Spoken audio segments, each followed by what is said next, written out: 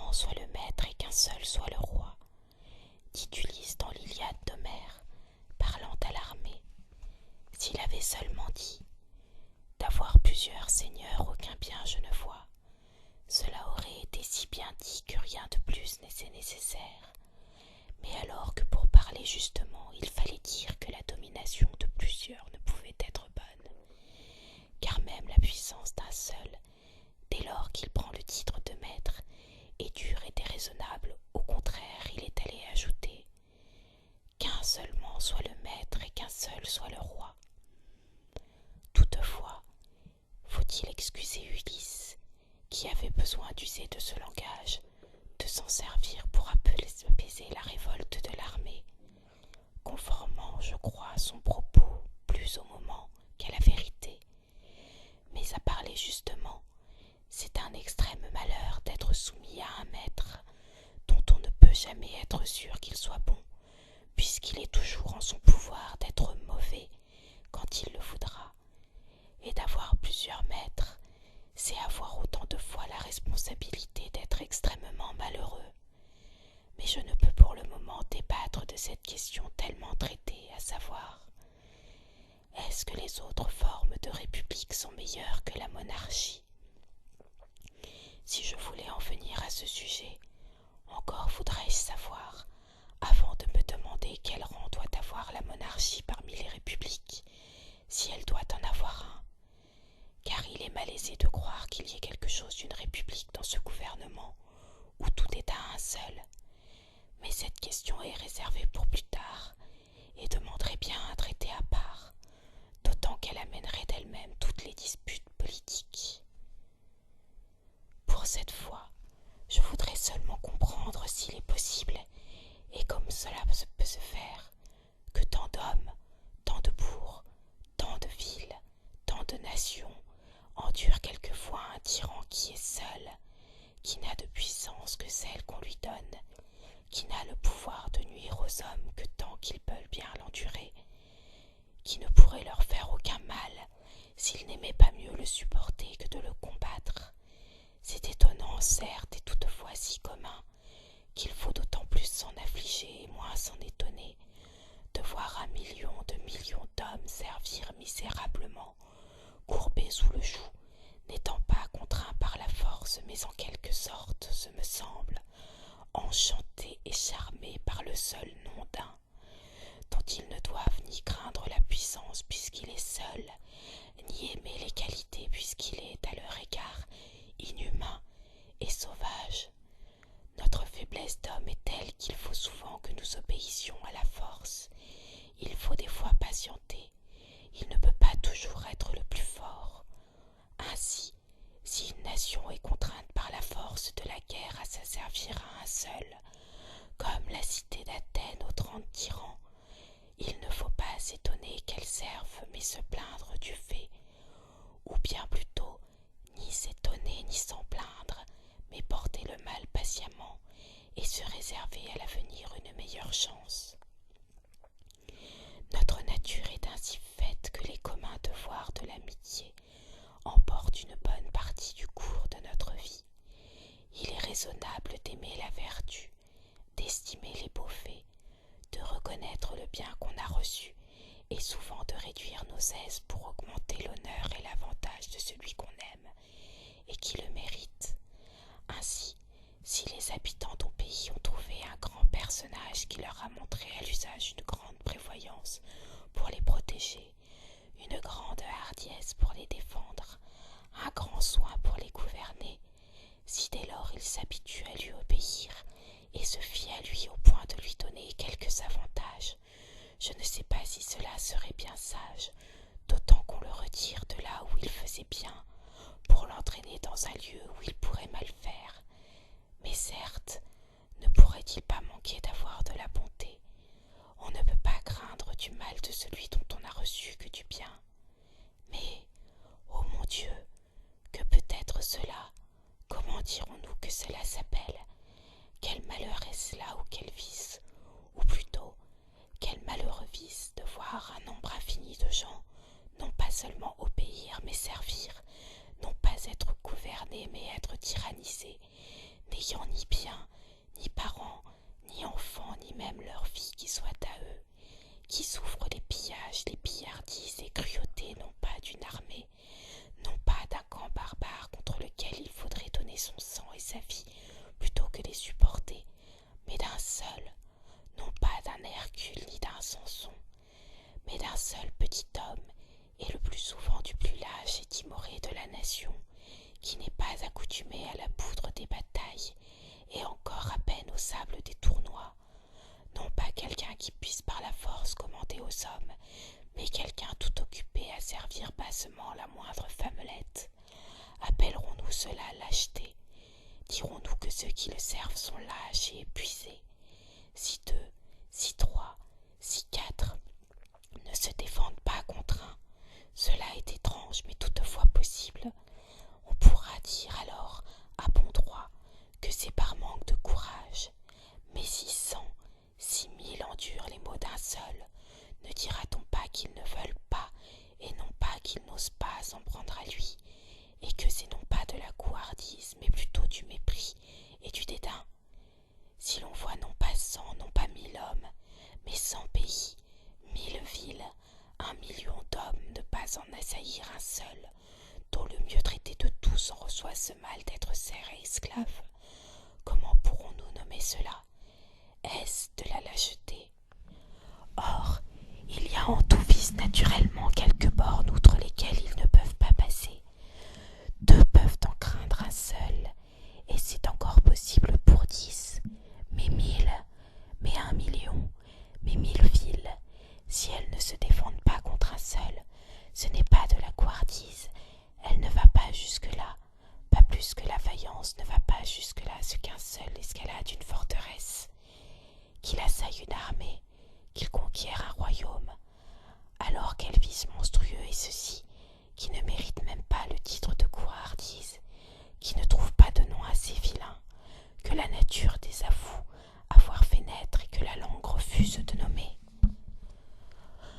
Qu'on mette d'un côté 50 000 hommes en armes, d'un autre autant, qu'on les range en ordre de bataille, qu'ils viennent à rencontrer les uns libres combattant pour leur liberté, les autres pour la leur ôter, auxquels promettra-t-on à l'avance la victoire, desquels pensera-t-on qu'ils iront plus gaillardement au combat, ou bien ceux qui espèrent pour récompense de leur peine la sauvegarde de leur liberté, ou bien ceux qui peuvent attendre comme paiement des coups qu'ils donnent ou qu'ils reçoivent que d'avoir à servir autrui. Les uns ont toujours devant leurs yeux le bonheur de leur vie passée, l'attente de pareilles aises à l'avenir. Ils ne prennent pas tant en compte ce qu'ils endurent le peu de temps que dure une bataille, que ce qu'ils devront à jamais endurer eux, leurs enfants et toute leur postérité. Les autres n'ont rien qui les enhardisse, qu'une petite pointe de convoitise qui s'émousse soudain devant le danger et qui ne peut être si ardente qu'elles ne doivent et semble s'éteindre à la moindre goutte de sang qui sorte de leurs plaies. Aux batailles si renommées de Miltiade, de Léonidas, de Thémistocle, qui ont eu lieu il y a 2000 ans et restent encore aujourd'hui aussi fraîches dans la mémoire des livres que dans celle des hommes, comme si c'eût été d'hier qu'elles aient eu lieu en Grèce pour le bien de la Grèce et pour l'exemple de tout le monde.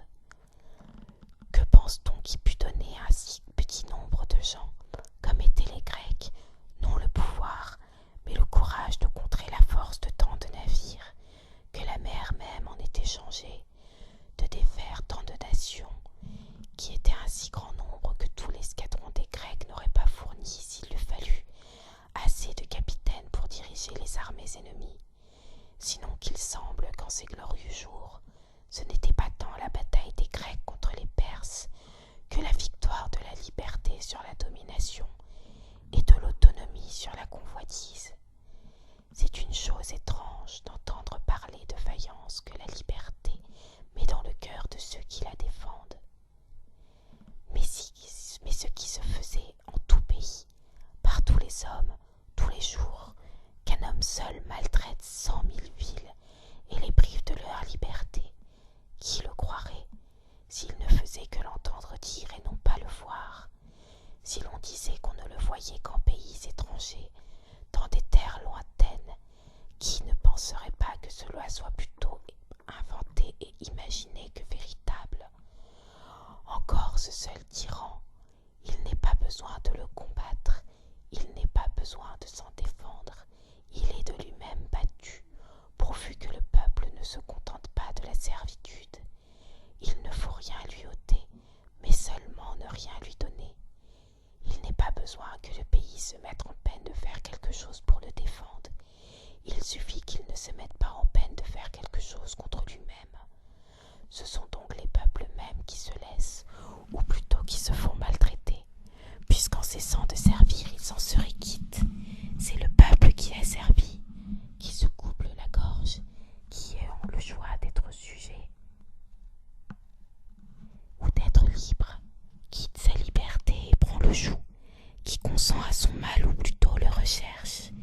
S'il lui coûtait quelque chose de recouvrer sa liberté, je ne l'y pousserai pas, même si c'est que l'homme doit avoir de plus cher que de retrouver son droit naturel, et comme on peut le dire, de bête, redevenir un homme. Mais encore que je ne désire pas qu'il y ait une si grande hardiesse, je ne lui permets pas qu'il y préfère une je ne sais quelle sécurité de vivre à son aise. Quoi?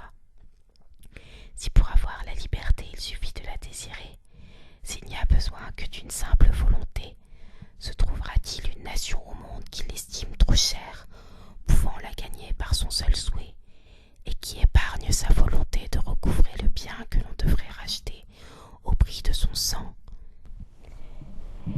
et que l'ayant perdu, tous les gens d'honneur doivent estimer la vie déplaisante et la mort salutaire? Certes, tout ainsi que le feu d'une petite étincelle devient grand et toujours se renforce, plus il trouve de bois et plus il est prêt à en brûler, et pourtant, sans qu'on y mette de l'eau pour l'éteindre, seulement en cessant d'y mettre du bois, n'ayant plus rien à consumer, il se consume lui-même, et devient sans forme aucune et n'est plus un feu.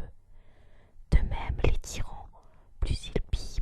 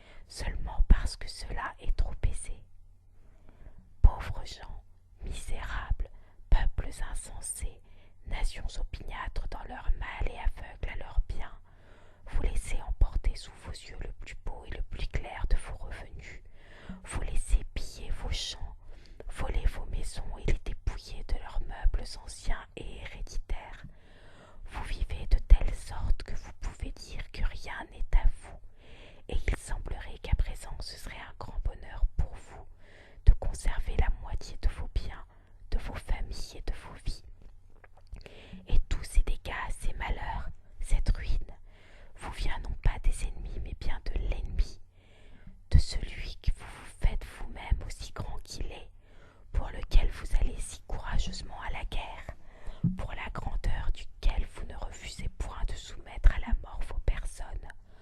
Pourtant, celui qui vous domine tant n'a que 2 yeux, n'a que 2 mains, n'a qu'un corps, et n'a pas autre chose que ce qu'a le moindre homme parmi le nombre infini qu'il y a dans vos villes. Ce qu'il a de plus que vous tous, c'est l'avantage que vous lui faites pour vous détruire.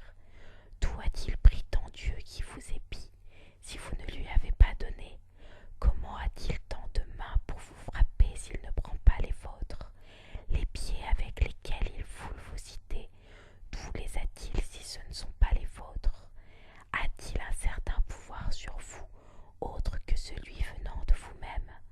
Comment oserait-il vous attaquer s'il n'avait pas un accord avec vous? Que pourrait-il vous faire si vous n'étiez pas le receleur du larron qui vous pille, le complice du meurtrier qui vous tue et le traître à vous-même? Vous semez vos fruits afin qu'ils les détruisent, vous meublez et remplissez vos maisons pour fournir des objets à ces pillages, vous nourrissez vos filles afin qu'il ait de quoi satisfaire sa luxure, vous nourrissez vos enfants afin qu'ils les mènent pour le mieux qu'ils fassent à ces guerres, qu'ils les mènent à la boucherie, qu'ils les fassent les ministres de ses convoitises, les exécuteurs de ses exigences. Vous vous brisez à la peine afin qu'ils puissent se régaler de ses délices et se vautrer dans les sales et vilains plaisirs. Vous vous affaiblissez afin de le faire plus fort mais plus ferme pour vous tenir la bride plus courte, et de tant d'indignité que les bêtes même ou ne ressentiraient pas ou n'endureraient pas. Vous pouvez vous en délivrer si vous essayez, non pas de vous en délivrer, mais seulement de vouloir en être délivré. Soyez résolu à ne plus servir et vous voilà libre. Je ne veux pas que vous le poussiez ni que vous l'ébranliez, mais seulement que vous ne le souhaitiez plus, et vous le verrez, comme un grand colosse auquel on a enlevé la base de son seul poids tomber et se rompre. Mais les médecins conseillent bien de ne pas mettre la main sur les plaies incurables, et je n'agis pas sagement en voulant sur ce sujet éclairer le peuple qui a perdu connaissance depuis longtemps, et qui ne ressent plus son mal, cela seul montrant assez que sa maladie est mortelle. Cherchons donc par quelque raison si nous pouvons en trouver. Cherchons comment c'est si bien enraciné cette volonté opiniâtre de servir, qu'il semble maintenant que l'amour même de la liberté ne soit plus si naturel. Premièrement, cela est, comme je le crois, hors de doute que si nous vivions avec les droits que la nature nous a donnés et les enseignements qu'elle nous fournit, nous serions naturellement obéissants aux parents, sujets à la raison, et ne serions les serfs de personne, de l'obéissance que chacun, sans autre avertissement que ceux de la nature, porte à ses pères et mères. Tous les hommes en sont témoins, chacun en soi et pour soi, concernant la raison qu'elle laisse avec nous ou pas, ce qui est une question débattue au fond par l'Académie et étudiée par toutes les écoles de philosophes. Pour le moment, je ne penserai pas me tromper en croyant qu'il y a en notre âme quelques semences naturelles de raison qui, entretenues par de bons conseils et par la coutume, se transforment en vertu, ou au contraire, ne pouvant pas se maintenir devant les vices qui surviennent, elle étouffe et avorte. Mais certes, il n'y a rien de clair ni d'apparent dans la nature. Ce sur quoi il n'est pas permis de faire l'aveugle, c'est bien cela, que la nature, ministre de Dieu et gouvernante des hommes, nous a tous fait avec la même forme, et, comme il le semble, au même moule, afin de nous reconnaître tous comme des compagnons, plutôt comme des frères. Et ainsi, faisant les partages des présents qu'elle nous donnait, elle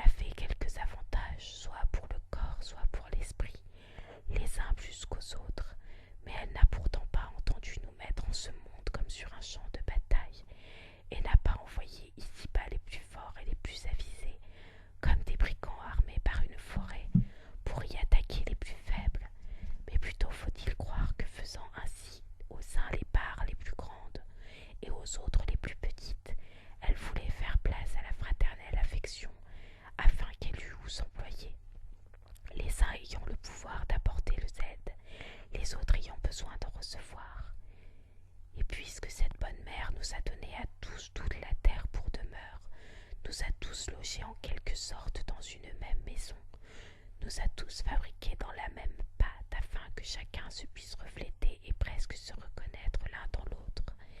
Si elle nous a donné à tous en commun ce grand présent de la foi et de la parole, pour nous fréquenter et fraterniser davantage, et faire par la coutume et la mutuelle déclaration de nos pensées une communion de nos volontés, et si elle a tenté par tous les moyens de serrer et d'étreindre plus fort le nœud de notre alliance et de notre société, si elle a montré en toutes choses qu'elle ne voulait pas tant nous voir unis que de nous faire tous un, il ne faut pas douter que nous ne soyons tous naturellement libres, puisque nous sommes tous compagnons, et il ne peut tomber dans l'entendement de personne que la nature ait mis certains en servitude, nous ayant tous mis en compagnie.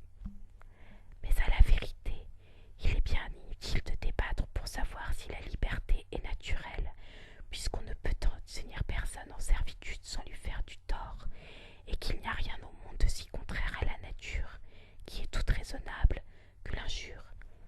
Reste donc à dire que la liberté est naturelle, et aussi, à mon avis, que nous ne sommes pas seulement nés en possession de notre liberté, mais aussi avec le désir de la défendre.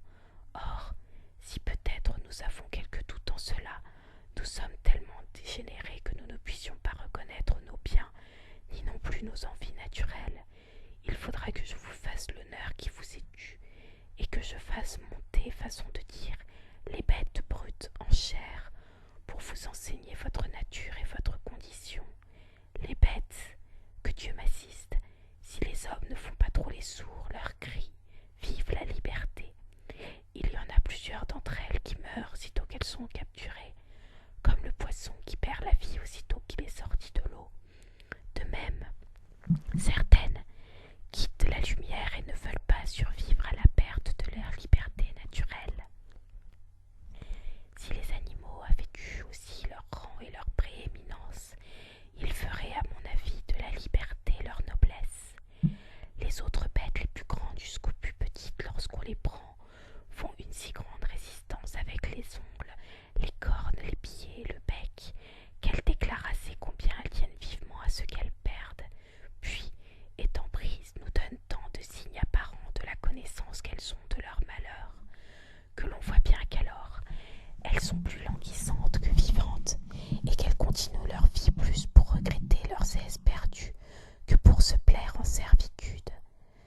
Que veut dire d'autre l'éléphant, qui s'étant défendu jusqu'à n'en plus pouvoir, ne voyant plus de moyens de salut, étant sur le point d'être pris, enfonce ses mâchoires et casse ses dents sur les arbres, sinon le grand désir qu'il a de demeurer libre comme il est né, qui lui donne l'intelligence et l'incite à marchander avec les chasseurs, espérant qu'en donnant ses dents il serait quitte, et que l'on acceptera son ivoire comme paiement d'une rançon pour sa liberté. Nous flattons le cheval dès qu'il est né pour l'apprivoiser et servir, et toutefois nous ne savons pas suffisamment le flatter pour que, quand vient le moment de le dompter, il ne morde pas le frein, il ne rue pas contre l'éperon, afin, ce me semble, de montrer à la nature et de témoigner au moins par là que s'il sert, ce n'est pas de son plein gré mais sous notre contrainte. Que peut-on donc en dire? Même les bœufs sous le poids du joug geignent et les oiseaux dans la cage se plaignent. Comme j'ai écrit ailleurs autrefois, occupant mon temps à des rimes françaises, car je ne craindrais pas en t'écrivant, ô long gars, d'y mêler mes vers, lesquels je ne te lis jamais que parce que tu fais semblant de t'en satisfaire et que tu m'en fais gloire. Ainsi donc, puisque toutes choses qui ont un sentiment dès lors qu'elles l'ont, sentent le mal de la suggestion et courent après la liberté, puisque même les bêtes qui sont au service de l'homme ne peuvent s'accoutumer à servir qu'en protestant d'un désir contraire. Quel est ce malheur qui a pu tellement dénaturer l'homme, seulement né, vraiment pour vivre librement, qui lui a fait perdre le souvenir de son premier état et le désir de le reprendre? Il y a 3 sortes de tyrans. Je parle des méchants princes. Les uns ont le royaume par l'élection du peuple, les autres par la force des armes, les autres par la succession de leur aïeux. Ceux qui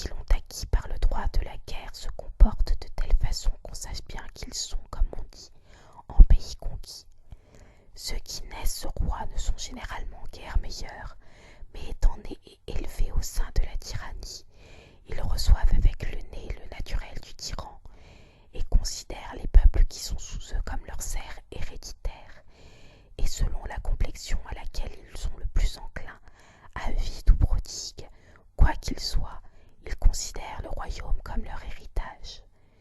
Celui à qui le peuple a donné l'État devrait être, ce me semble, plus supportable. Il ne le serait comme je le crois, sauf que dès lors qu'il se voit élevé au-dessus des autres à ce poste, flatté par je ne sais quoi que l'on appelle la grandeur, il décide de n'en plus bouger. Communément, celui-là veut disposer de la puissance que le peuple lui a donnée pour la transmettre à ses enfants. Or, dès que ceux-là ont cette intention, c'est une chose étrange de constater combien ils dépassent, en toutes sortes de vices, et même en cruauté les autres tyrans. Ils ne voient pas d'autre moyen pour conforter la nouvelle tyrannie que d'étendre fortement la certitude et d'éclairter encore plus leur sujet de la liberté, bien que la mémoire en soit fraîche et qu'ils ne peuvent pas la leur faire perdre. Ainsi, pour dire la vérité, je vois bien qu'il y a entre eux quelques différences, mais de différences de choix je n'en vois pas, et avec des moyens divers pour arriver à régner, toujours la façon de régner est à peu près semblable. Ceux qui sont élus, comme s'ils avaient pris des taureaux à dompter, traitent leurs sujets comme tels. Ceux qui ont conquis le pouvoir pensent avoir des droits sur eux, comme sur des proies. Ceux qui ont hérité du pouvoir les traitent comme s'il s'agissait de leurs esclaves naturels. Mais à ce propos, si jamais il naissait aujourd'hui quelques individus tout neufs, non accoutumés à la suggestion, ni séduits par la liberté, et qu'ils ne sachent pas ce que c'est ni l'un ni l'autre, même pas les noms, si on leur présentait ou d'être sujets ou de vivre en liberté, que choisiraient-ils? Il ne faut pas douter qu'ils aimeraient beaucoup mieux seulement obéir à la raison que servir un homme, sauf peut-être si ce sont ceux d'Israël, qui sont contraints et sans aucun besoin à choisir d'un tyran. De ce peuple je ne lis jamais l'histoire, sans en avoir un trop grand dépit, presque jusqu'à devenir inhumain et me réjouir de tant de maux qui leur en sont advenus. Mais certainement, tous les hommes, tant qu'ils ont quelque chose d'humain, avant qu'ils ne se laissent assujettir, il faut soit qu'ils y soient contraints, soit qu'ils soient déçus, contraints par les armes étrangères comme Sparte et Athènes par les forces d'Alexandre, ou par les factions comme Athènes quand elle tomba sur les mains de Pisistrate. Par tromperie aussi, souvent perdent-ils la liberté, et dans ce cas, ils ne sont pas plus souvent abusés par autrui qu'ils ne sont trompés par eux-mêmes. Ainsi, le peuple de Syracuse, la plus grande ville de Sicile qui s'appelle aujourd'hui Saragosse, étant pressé par les guerres, pour remédier inconsidérément au danger présent, fit confiance à Denis l'Ancien et lui donna la charge de la conduite de l'armée, et sans prendre garde qu'elle le rendait si puissant que ce brave homme, revenant victorieux, comme s'il n'avait pas vaincu ses ennemis mais ses concitoyens, se fit de capitaine roi et de roi tyran. Il n'est pas croyable comment le peuple, dès lors qu'il est assujetti, tombe soudain en un tel et si profond oubli de la liberté qu'il n'est plus possible qu'il s'éveille pour la retrouver, servant si franchement et si volontiers qu'on dirait à le voir qu'il a non pas perdu sa liberté, mais sa servitude. Il est vrai qu'au début on sert contraint et vaincu par la force, mais ceux qui viennent après n'ayant jamais connu la liberté et ne sachant pas ce que c'est, servent sans regret et font volontiers de ce que leurs devanciers avaient fait sous la contrainte.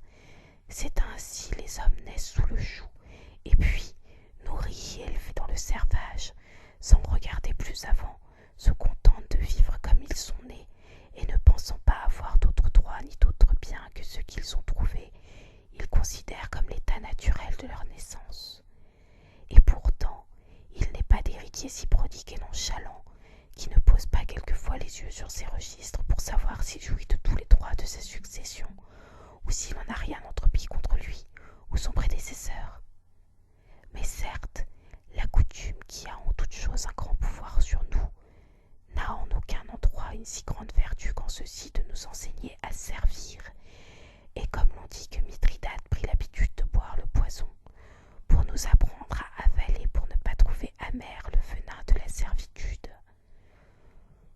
L'on ne peut pas nier que la nature joue en nous un grand rôle pour nous entraîner là où elle veut, et faire que l'on se dise que l'on est ou bien ou mal né. Mais aussi il faut reconnaître qu'elle a en nous moins de pouvoir que la coutume, parce que le naturel, pour bon qu'il soit, se perd s'il n'est pas entretenu, et que nous apprenons, nous modèles toujours à sa façon, quelle qu'elle soit malgré la nature. Les semences du bien que la nature met en nous sont si menues et si glissantes qu'elles n'endurent pas le moindre choc contraire.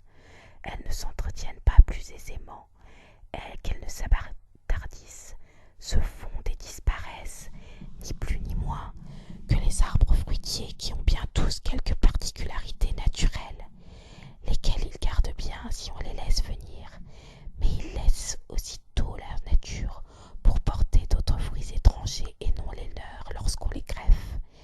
Les herbes ont chacune leurs propriétés, leur naturel, leur singularité, mais cependant le gel, le temps, le terroir ou la main du jardinier ajoutent ou diminuent beaucoup de leurs vertus.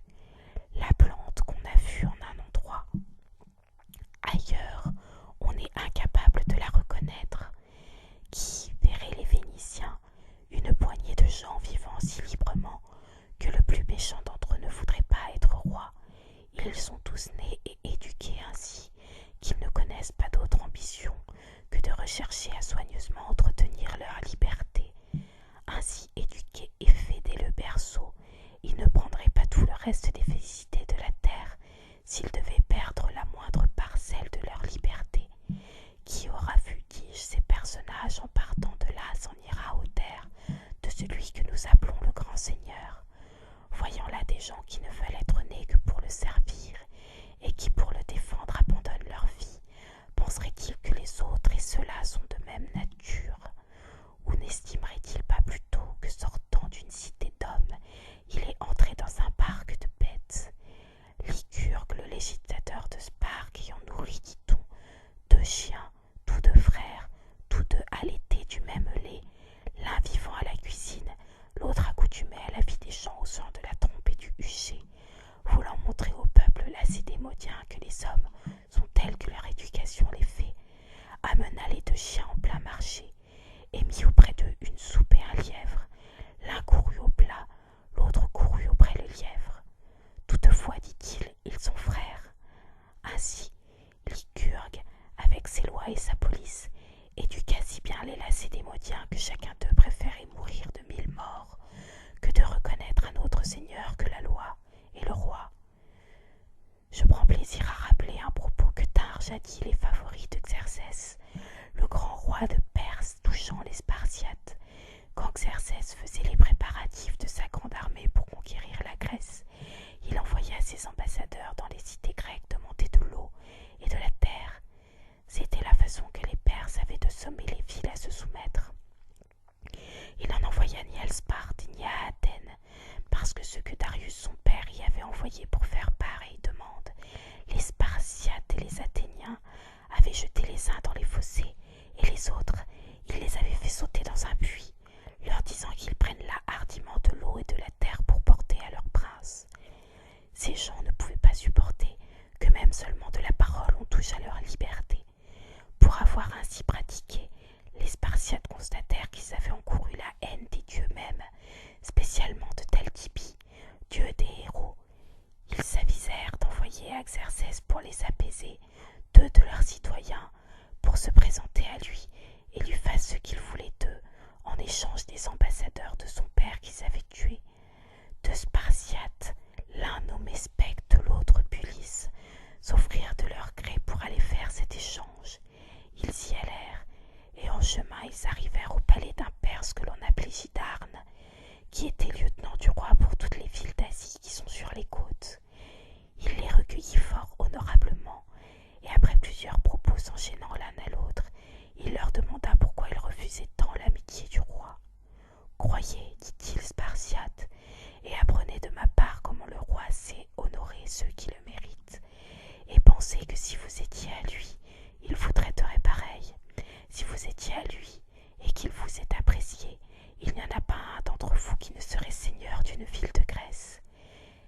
ceci, Darn, tu ne nous donnes pas un bon conseil, dirent les Lacédémoniens, parce que le bien que tu nous promets, tu l'as essayé, mais celui dont nous jouissons, tu ne sais pas ce que c'est.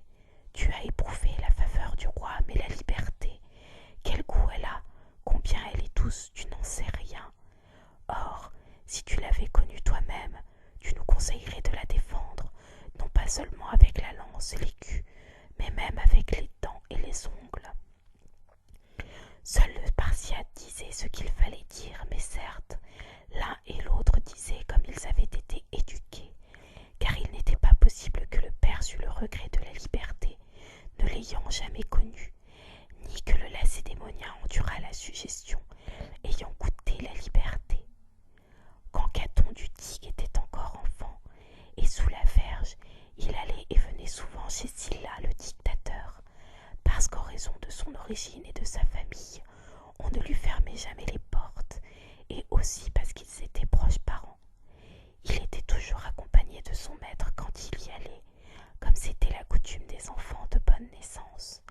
Il s'aperçut que dans l'hôtel de Sylla, en sa présence ou sur son ordre, on emprisonnait les uns, on condamnait les autres, l'un étant banni, l'autre étanglé.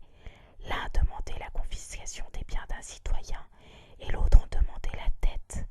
En somme, tout y allait, non pas comme chez un officier de la ville, mais comme chez un tyran du peuple, et c'était non pas un parquet de justice, mais une caverne de tyrannie. Ce noble enfant dit à son père, « Que ne me donnez-vous pas un poignard?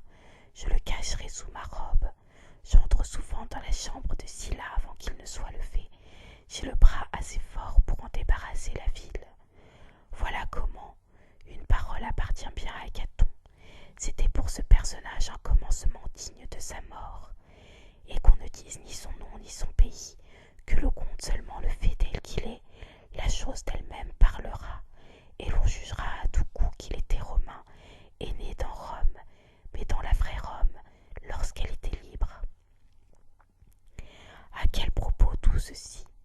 Non pas certes que j'estime que le pays et le terroir y fassent quelque chose, car en toute contrée, en toute ère, la suggestion est contraire à la nature. Il est plaisant d'être libre, mais comme je suis d'avis qu'on ait pitié de ceux qui en naissent, se seraient trouvés sous le joug, et que, ou bien on les excuse, ou bien on leur pardonne, si n'ayant jamais vu seulement l'ombre de la liberté, et n'en étant pas avertis, ils ne s'aperçoivent pas du mal que c'est pour eux d'être esclaves. Il y a quelques pays, comme dit Homère au sujet des Cimériens, où le soleil se montre autrement qu'à nous, et après les avoir éclairés 6 mois continuels, il les laisse sommeillant dans l'obscurité, sans les venir revoir de l'autre demi-année. Ceux qui naîtraient cependant cette longue nuit, s'ils n'avaient pas entendu parler de la clarté, s'étonnerait-on si, n'ayant pas vu de jour, ils s'accoutumaient aux ténèbres où ils sont nés, sans désirer la lumière.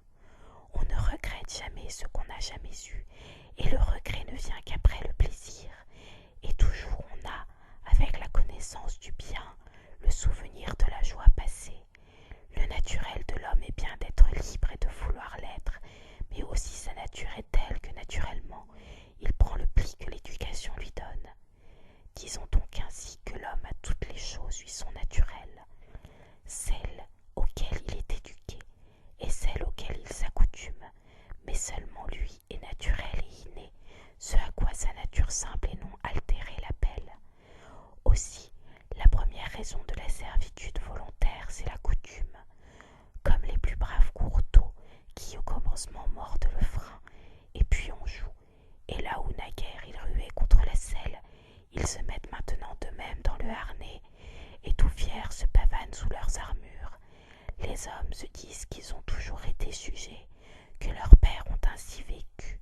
Ils pensent qu'ils sont tenus d'endurer le mort, et s'en laissent convaincre par des exemples, et ils font de même avec le temps la possession de ceux qui les tyrannisent. Mais en vérité, le temps ne donne jamais le droit de mal faire, mais aggrave l'injustice. Mais toujours il en demeure quelques-uns, mieux nés que les autres, qui sentent le poids du joug et ne peuvent s'empêcher de le secouer, qui ne s'apprivoisent jamais de la suggestion et qui toujours